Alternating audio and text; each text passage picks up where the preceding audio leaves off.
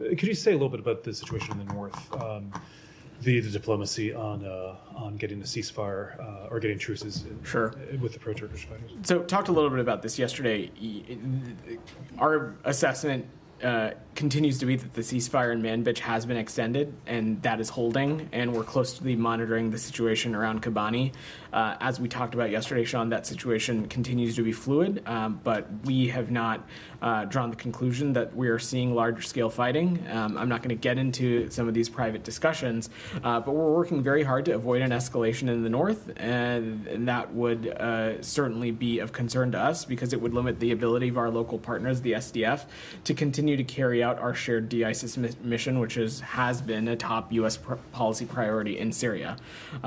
We'll continue to pay close attention to this, but beyond that, we support the immediate de-escalation and cessation of violence in all parts of Syria, and it's our view that this is the time to increase stability. Sure. I know you said you don't want to get into the details of the negotiations, but I mean, Turkey has publicly said that they want the Kurdish fighters to disarm, and that's sort of a red line for them before going in. Is that something the U.S. agrees with? What's your conversation? So I'm not gonna get into some of these private diplomatic conversations, Sean. Our focus is on promoting a Syrian-led political process while also ensuring a top priority for us, which is maintaining the enduring defeat of ISIS and terrorism that's been originating in Syria. Given that we know ISIS exploits instability, it's incumbent on all countries with influence on the ground, including, of course, Turkey, to promote stability, dialogue, and restraint. And ultimately, at the end of the day, Sean, we support Syria's territorial integrity. I'll let others continue. Jenny, go ahead. Staying on Syria, Yeah. Where is Roger Carstens? Is he still in Amman? I don't have any specific updates to offer as it relates to Roger. What I can say as it relates to our efforts to locate or ascertain more information on missing American citizens, including, of course, Austin Tice, that is a top priority for us in the region. It is something that we're continuing to engage on around the clock. We are working with counterparts in the region. We are working with interlocutors and making it very clear that this is a key priority for the United States. I don't have any additional specifics on that line of effort to offer for obvious reason, which I'm sure you can understand, but this is something that it will remain a focus for us. And does this department have any comment on Vladimir Putin saying he would ask about Tice's whereabouts after Deborah Tice requested his assistance? So I'm just not gonna. I don't have anything to offer on that. If there is any country that wants to play a constructive role in locating Austin Tice, we certainly would welcome that. I will note, though, that for the many, many years that the Russian Federation has been the one to prop up the brutal Assad regime, that Mr. Putin had the opportunity to try and help ascertain the whereabouts or location or information about Mr. Tice, and hadn't done that in any of these previous instances. So I guess actions are going to speak louder than words, but Mr. Putin is welcome to do whatever he wants. What we are focused on is everything that we can do in our disposal. And then I have some on Gaza. Well, sorry, could you just go back on Roger Yeah. Carstens? So you said you don't have anything specific to say. So is he missing too? He is not missing. I don't have anything to offer. So where is he? He continues to be in the region, working on this very important issue. Matt. So he's not back in D.C. Correct. He's still out in the Middle East. Correct. He is in the region. I don't have any other updates to offer. Russian leader Vladimir Putin and Austin Tice. Has there ever been any effort from this building to communicate with Russia to try to ascertain Tice's location? Because obviously the hostage discussion channels with Russia have been fruitful in the past. I'm certainly I wouldn't be able to get into something of that level of specificity, Shannon. It has been no secret for many, many years now that a priority for us in the Middle East region has been locating and determining information about the whereabouts of Austin Tice. The Russian Federation has known that. Every country in the region has known that. And we have indicated that to just about everybody that this is a key regional focus of ours, and it's ultimately one of our main priorities, the safety and security of the American people. No country on the planet needs an invitation to help us in that work if they feel a responsibility that they have information that can help safely get American citizens home. No one needs an invitation. And I will just echo what I said to Jenny again, is that for years and years and years, the Russian Federation has been one of the main pillars that has propped up the brutal Assad regime. They certainly were not useful interlocutors when it came to Austin Tice in that regards then. And so, again, actions are going to speak louder than words, and I'm not going to opine about what role they may or may not have to play. Sure, but going forward, since at least Putin's words are indicating that the top of the Russian government wants to play a helpful role now, will there be any effort by the State Department to communicate with Russia to see if those actions will follow up? Again, if a country has a constructive role to play in terms of sharing information about Austin Tice or locating his whereabouts, we certainly would be would welcome any information as it relates to that. All right, Said, go ahead. Thank you, Vedant. I'm not going to wait till the end, so I just want to thank you. Thank you. For always being the perfect gentleman, always calling on me. It is something that I never take for granted. I just want you to know that. You're welcome, so I Said. appreciate every time you called on me. Sure. My pleasure. And now, with that said, let me just ask you on Syria. Yeah. Now, in theory, is it possible for a U.S. official to visit Damascus while the Israelis are still bombing Syria? Are you talking about, is it I'm talking about in a in feasibility theory. sense? Well, Or? There's expectations that at one point you guys might just go to Damascus.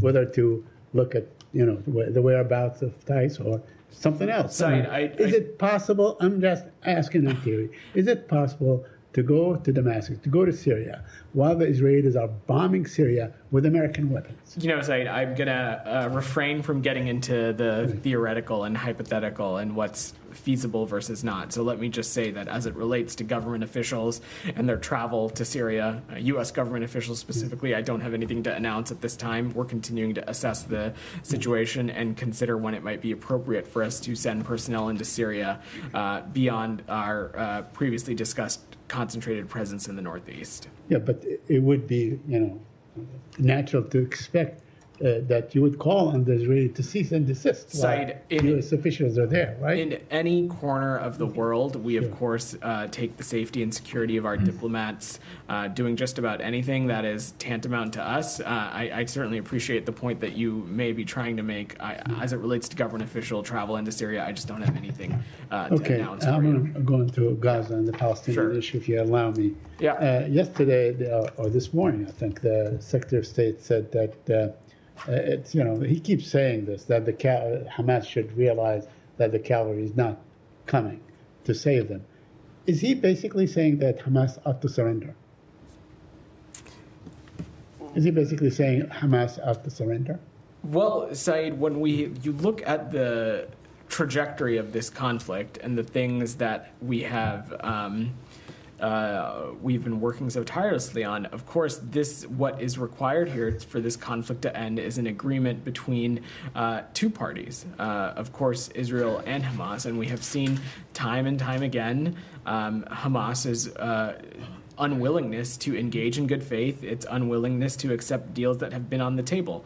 Of course, now, it is always going to be incumbent on both of these parties, right, Israel and Hamas, to come to an agreement. And what we're working on intensely is to bring a ceasefire to the finish line so that ultimately Palestinians and Israelis can live securely and perhaps most importantly, the remaining hostages, including the Americans, can be returned home.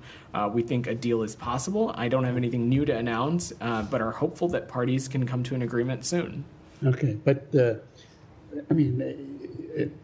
language of the Secretary of State on this issue, it seems like he's saying that what Hamas was suing for, which is a broader war, it did not happen and will not happen. So now there are new terms. That's what you're saying, that what we have had back in May, on May 31, when the President of the United States said, I have a suggestion, this suggestion is an Israeli, this is no longer on the table, correct? I can't opine on what Hamas's thinking or strategy is, Said. More on your thinking, not Hamas's. Our thinking is that we think a deal is possible, and we're working intensely to bring that ceasefire across a finish line. But absolutely, the secretary is correct, and I would echo what he had said. Hamas and through malign actors like Iran, it was very clear that perhaps a possible end goal here was a broader regional conflict. Out of much great work on behalf of the United States and its allies and partners, that has largely been avoided. And that is what the Secretary was alluding to. Let me, a couple of other questions, if you and my colleagues indulge me. I wanted to ask you about a report in Haaretz, where it was reported that they really have a kill zone. And it doesn't matter, children or not children, whatever it is, they kill. I wonder if you saw such a report and if you have any comment on it.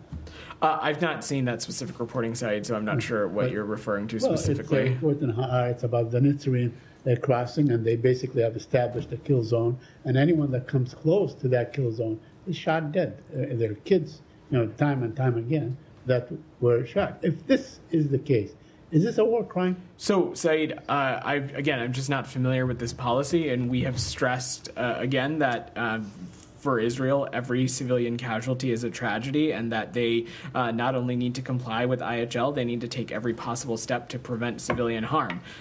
Broadly, though, we of course support Israel's right to defend itself, but as it relates to this, I will defer to the IDF to speak to any operational adjustments they may or may not be making in the region. I'm just not familiar with this. Okay, and finally, I want to ask you about aid.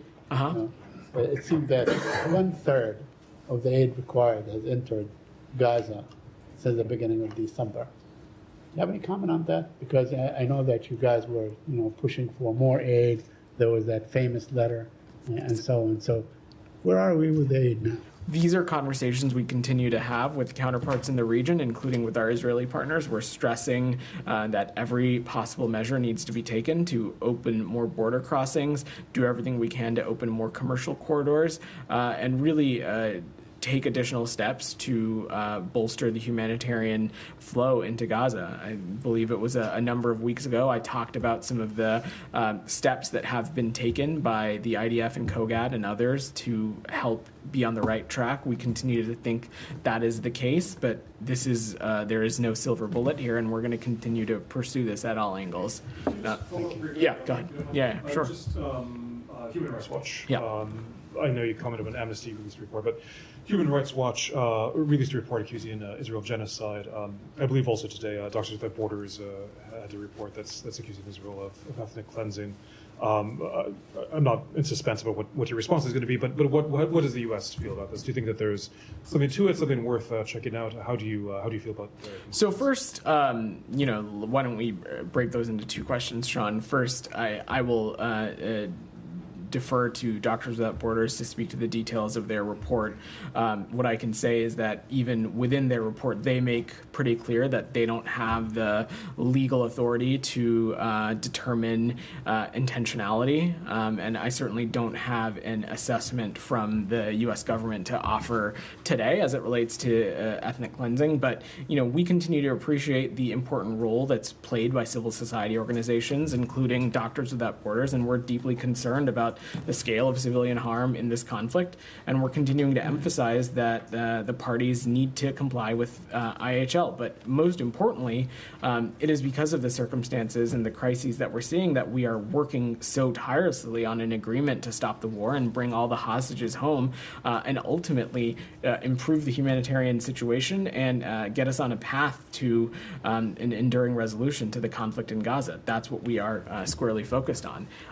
On Human Rights Watch, separately, it should come as no surprise that we disagree with the conclusions in this particular report. Certainly appreciate the role that groups like Human Rights Watch have played over the course of this conflict, but also other conflicts around the world. We disagree with the conclusions, and we have not concurred with past findings regarding genocide, and we do not now, and we do not believe that term applies here. Now, if you'll all remember, when it came to the National Security Memorandum Report, NSM 20, as some of you like to call it, we previously had said that it's reasonable to assess that the IDF in certain instances didn't meet its IHL obligations. But on something like genocide, that is just a conclusion that we disagree with. We've disagreed it when other entities have come to this conclusion, and do so here. But ultimately, again, I'll stress the same point that I said in the context of Doctors Without Borders, is that we're continuing to work towards an agreement to stop the war, bring all the hostages home, and put it on a path to a resolution to the conflict in Gaza. Just briefly, one thing specifically Human Rights Watch is saying to base this on is water access, saying that, I don't have it in front of me, but that a large number of civilians likely died because of lack of water access, and what they're saying is Israeli actions causing that. What's your assessment of that? I mean, is that a reason to...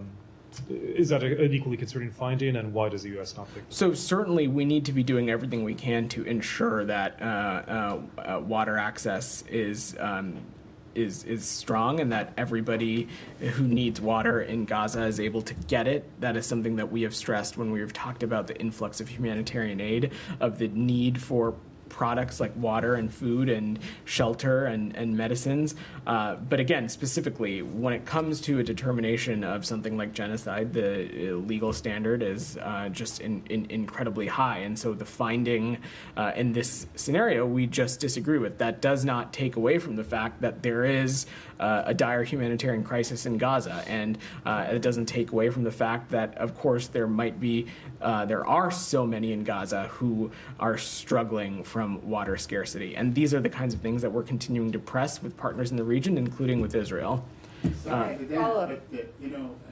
This report is not a lone thing. Did not come out of the blue sky. I mean, 2 weeks ago, there was the Amnesty International report saying exactly the same thing. It's genocide. Other organizations said the same thing. So you will continue to dismiss this, but the facts on the ground speaks of genocide. Organizations not affiliated with the U.S. government have the right to draw any conclusion based on their analyses that they want to, and they can. And we certainly welcome the work that they do. But on the perspective of the U.S. government, we'll stress again, as I did stress in the scenario of Amnesty International, that this is not a conclusion that we agree with. Jenny, go ahead. How is the U.S. government making these conclusions, given you have no one on the ground in Gaza? Jenny, the point that I'm making is a broad one, that the legal standard for genocide is incredibly incredibly large. But you've also heard us say previously, and I just spoke about that in NSM 20, we made the conclusion that it was reasonable to assess that the IDF in certain instances didn't meet its IHL violations.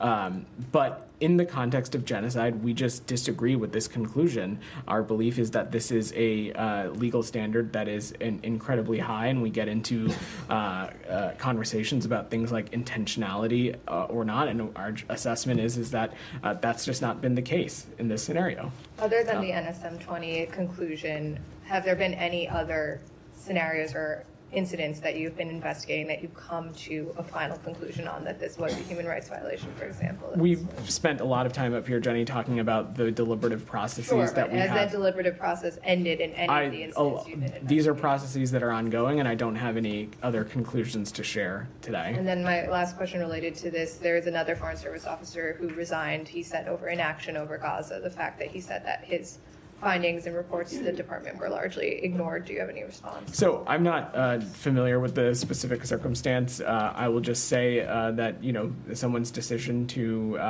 work here or not or stay employed, that's ultimately a very personal decision. I will say that from the president on down and the secretary, we welcome and encourage differing points of view, dissenting points of view.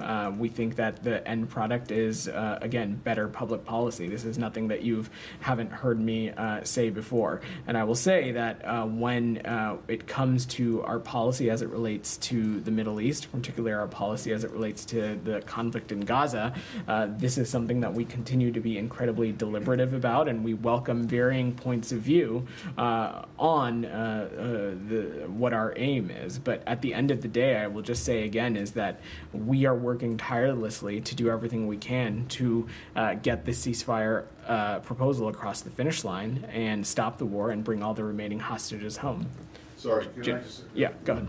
Well, the question was about, and maybe this should be directed to Jen, this is about the guy who resigned in July, And just came forward. 5 months, Yeah. more than almost 6 months ago. Was there a question? No. Well, no, I just wanted to make sure No. I understood who it was. Got it. Janie, go ahead. Thank you, Vedant. Two questions on South Korea, Yeah. Russia, and North Korea.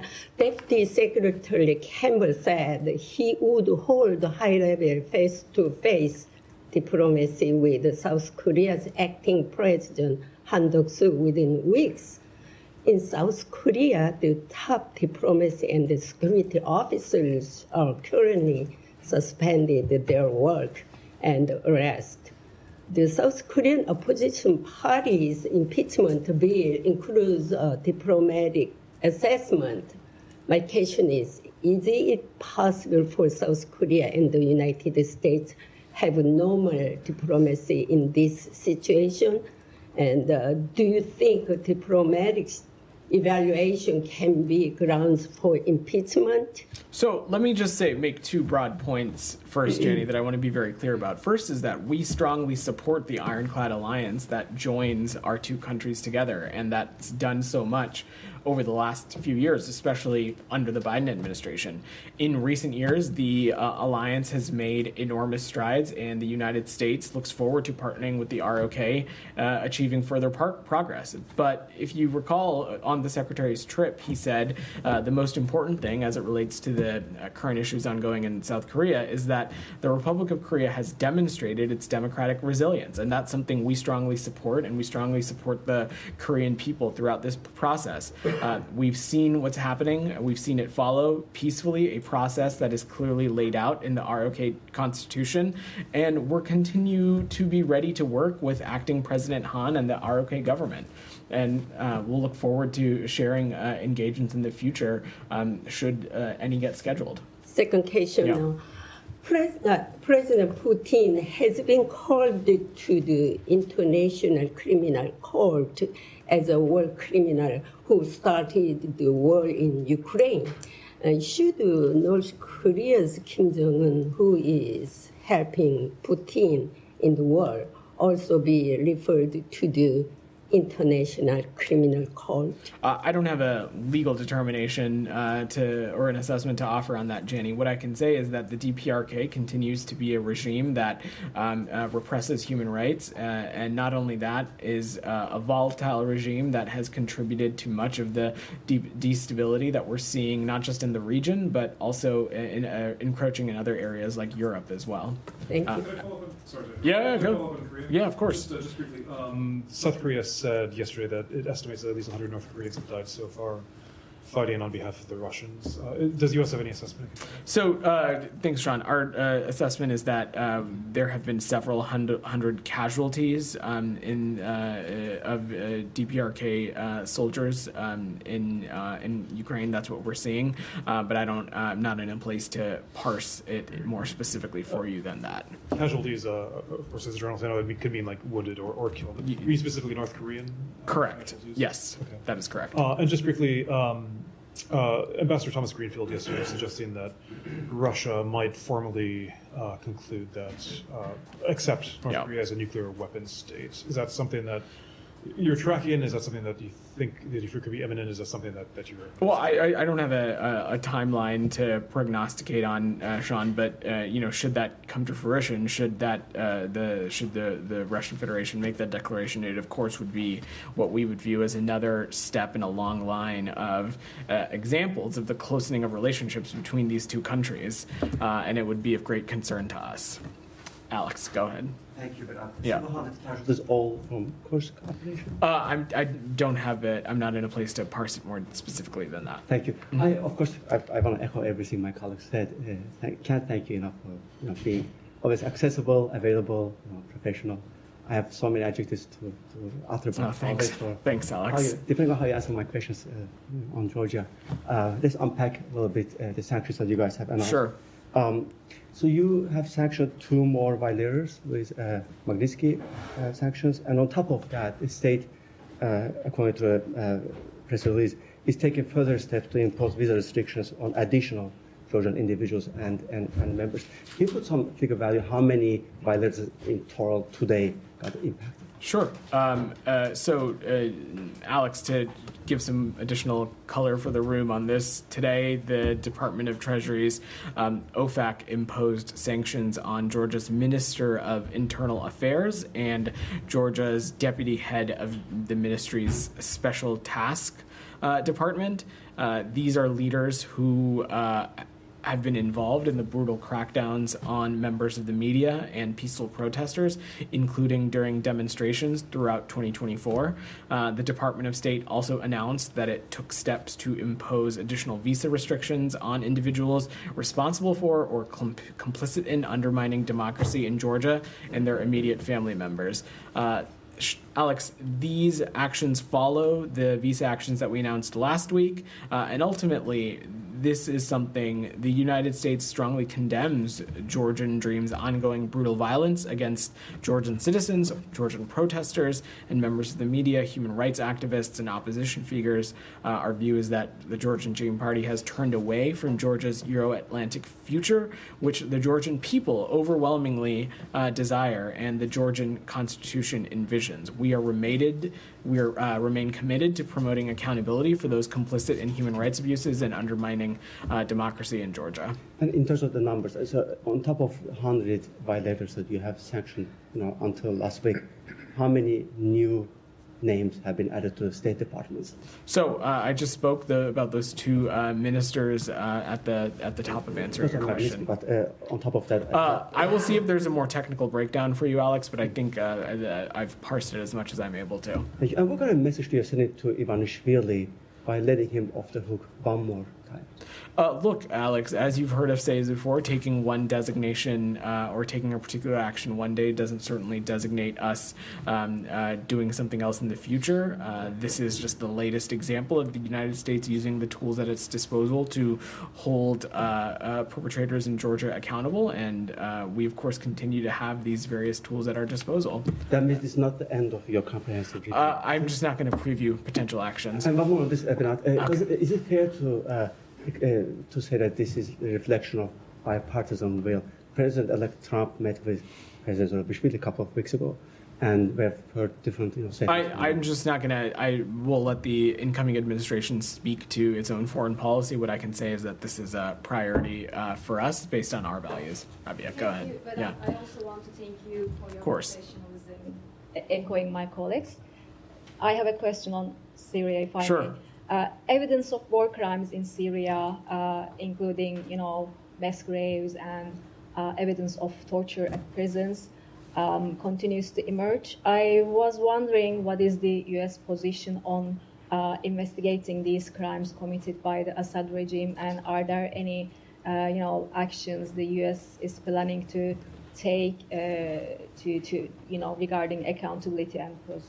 So the Assad, let's be very clear, the Assad regime brutalized, detained, disappeared, tortured, and killed hundreds of thousands of people in Syria. And now, at long last, the Assad regime has fallen. That is a fundamental act of justice. It is a moment of historic opportunity for the long-suffering people of Syria to build a better future for their proud country. It's also a moment of risk and uncertainty. And what we are focused on is looking to work with our partners, with the stakeholders in Syria, with the Syrian people, to seize this opportunity and manage that risk. And going forward, what we're going to do is engage with all communities in Syria to establish an inclusive transition away from the Assad regime toward an independent, sovereign Syria that respects human rights, takes all precautions to protect civilians, and upholds international humanitarian law. We want to establish an infrastructure to support Syria's neighbors, including Jordan, Lebanon, Iraq, Turkey, and Israel, should any threats arise from Syria during that period and transition. And we want to maintain our mission against ISIS and protect our forces against any threats, maintaining security of detention facilities, displaced persons camp, etc. But on the accountability on these, war crimes, do you support any, international or independent investigation into Assad regime's war crimes, potentially maybe referring him on, or the regime officials to the ICC? So, Rabia, in practicality, I'm just unsure how that would ultimately work, given that Mr. Assad is not in the country. And ultimately, that is something that it is for the future governance of Syria and the representatives of the Syrian people to determine. Make no mistake, the Assad regime is one that brutalized, detained, and killed hundreds of thousands of people in Syria, and something that we think is incredibly serious and concerning. But the Assad regime has fallen, and that in itself is an act of fundamental justice. We are now focused on doing everything we can to engage with stakeholders in Syria, first and foremost, the Syrian people, to chart a new path forward. Do you plan to, engage or cooperate with the new government in Damascus to identify these, war criminals? We are engaging on a variety of areas. Jen, go ahead. Thank you. Yeah. First of all, you have no idea how much I'm going to miss you. Because, whenever I ask question about Southern Central Asia, that's my topic. You have always a lot of words making headlines in India, Pakistan. So thank you so much for here to taking my help. question. Thank you. So with that, the Pakistani government has criticized the United States for imposing new sanctions against country's long-range ballistic missile program, labeling the move as double standards. How would you respond to this? So let's take a step back. The U.S. is committed to maintaining the global non-proliferation regime, and Pakistan is an important partner in that. However, we have been clear and consistent about our concerns with Pakistan's long-range ballistic missile program. It is a long-standing U.S. policy to deny support to Pakistan's long-range ballistic missile program. The Department of State will continue to use sanctions and other tools to protect our national security and ensure that U.S. exporters and U.S. financial systems cannot be abused by proliferators. And it's our hope to continue to engage instructively with the Pakistani government on these issues. Many analysts in Pakistan believe that with these sanctions, the U.S. is trying to target Pakistan's nuclear program. Is it true? Does the U.S. have concerns about Pakistan's nuclear program? So these designations are based on our concerns regarding Pakistan's long-range ballistic missile program, but they don't affect other areas of U.S.-Pakistan area cooperation, which we have a great deal of. Yeah, go ahead. Thank you, Vedant. Yeah.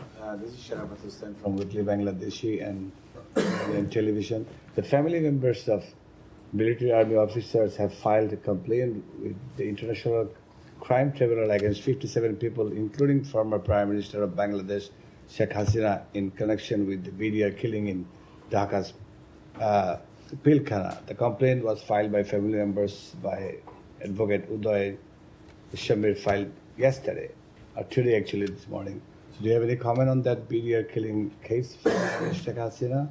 I've not seen that latest reporting, but I'm happy to check with the team and see if we can get anything for you. Sean, go ahead.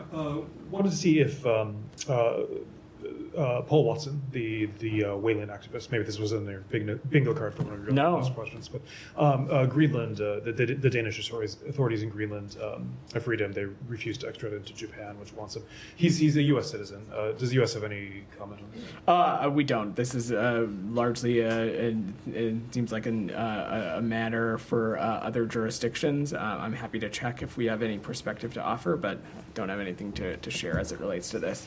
In the back. Thank you very much. Yeah. With regards to the sanctions announced against Pakistan's entities contributing to ballistic missile, had it not be better if it would have been resolved diplomatically? Do you think that these restrictions will have any kind of restricting effect on Pakistan?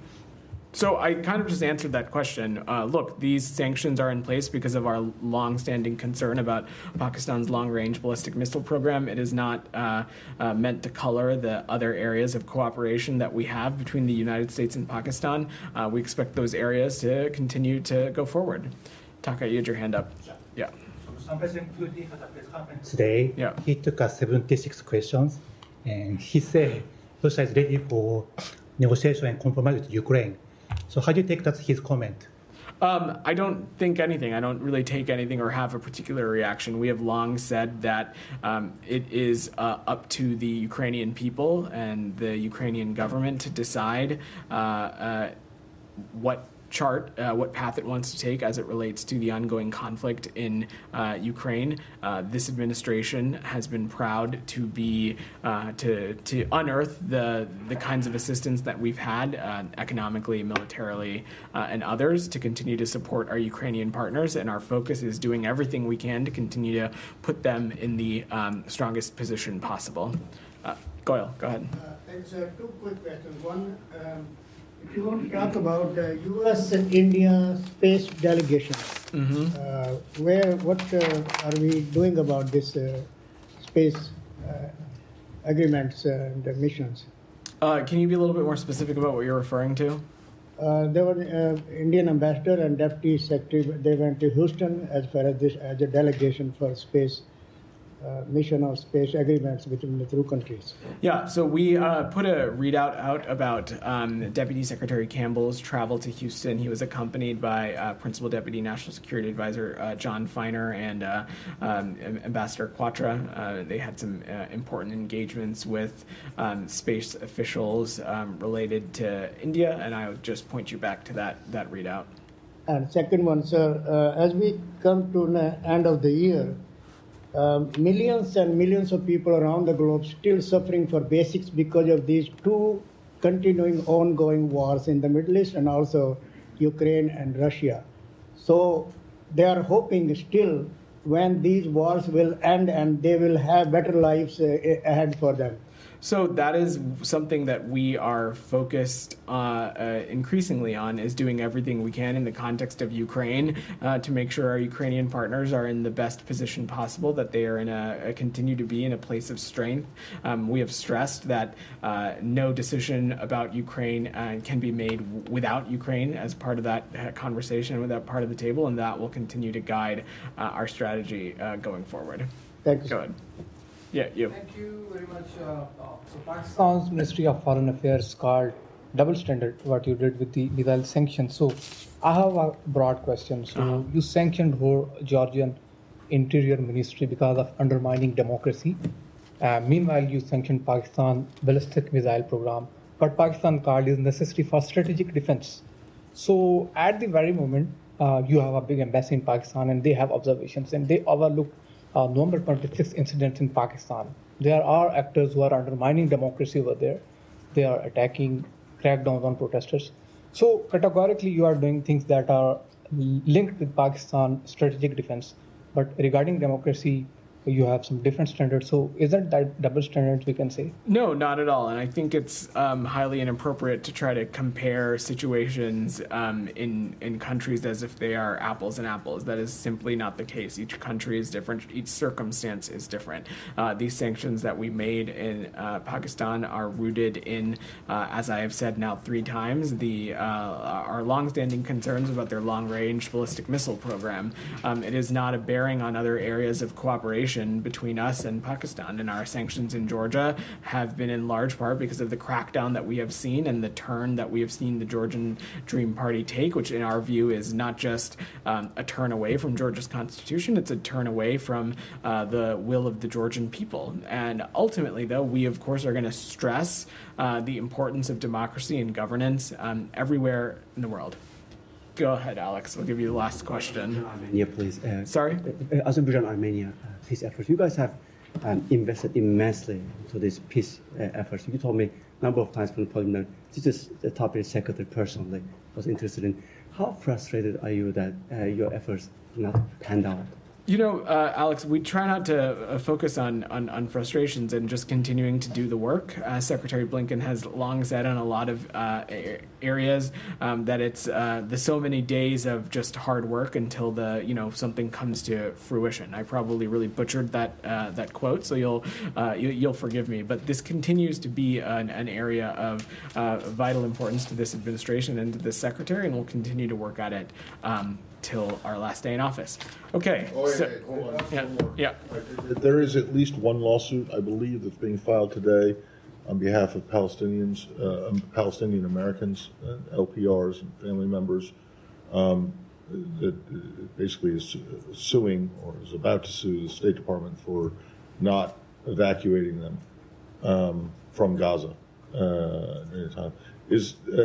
I realize that you won't talk about a pending lawsuit. Sure. But is it the State Department's belief that it has a legal obligation to evacuate or rescue American citizens from places where there is a conflict going on? So you're absolutely right, Matt. I'm not going to get into commenting on this, given that it is pending litigation. I'm also not going to opine on our legal obligations or not, because I am not a lawyer. But what I can say is that that you don't need to be a lawyer. Does the State Department think that it has a legal obligation? I'm just not in a place to offer a legal assessment. To rescue or to evacuate American citizens.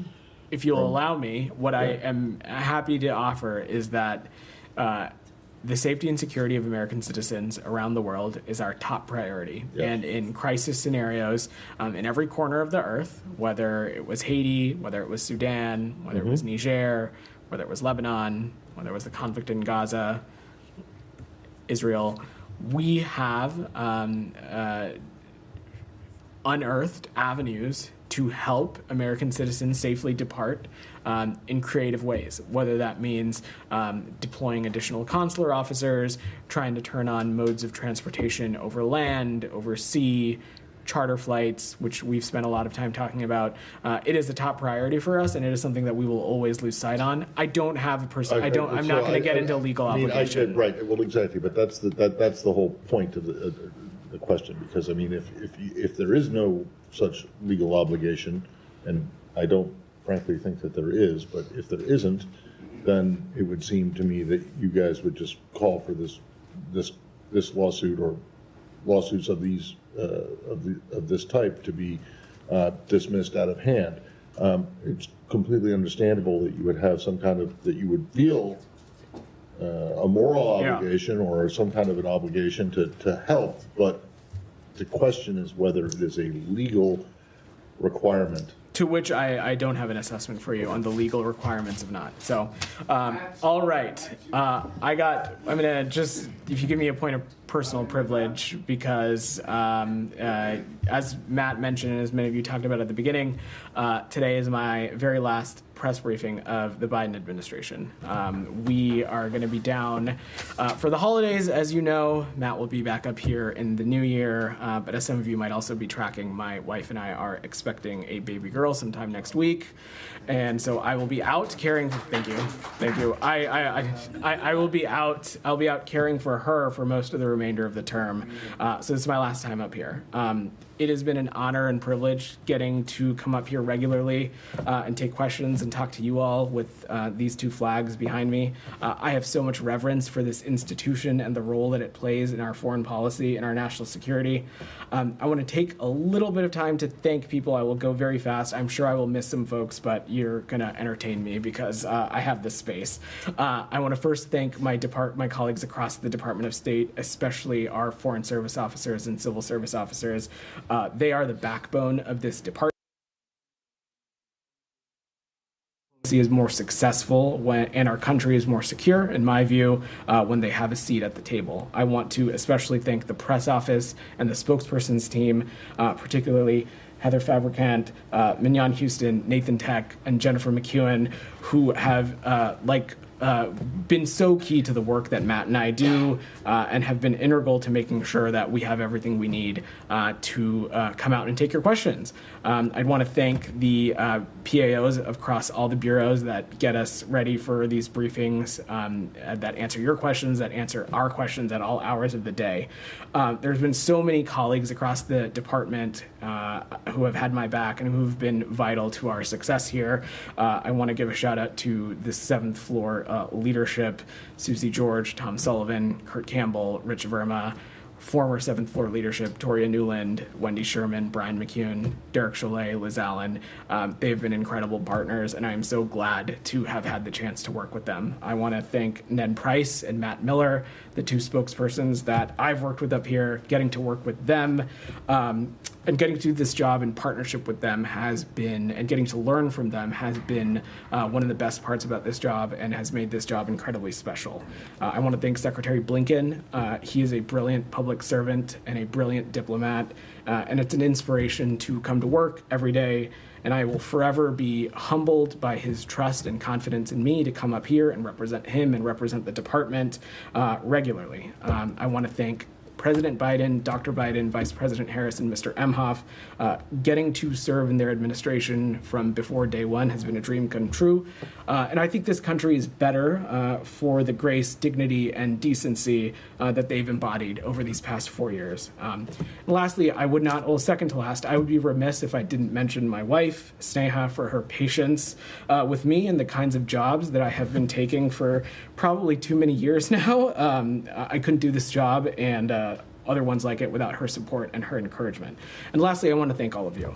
The work that you all do to help inform American families and help them make decisions about their country and its future and the world around them is so critically important. An independent, free press is, I think, one of the most important pillars of a well-functioning democracy. I took very seriously the responsibility to come down here regularly and take your questions.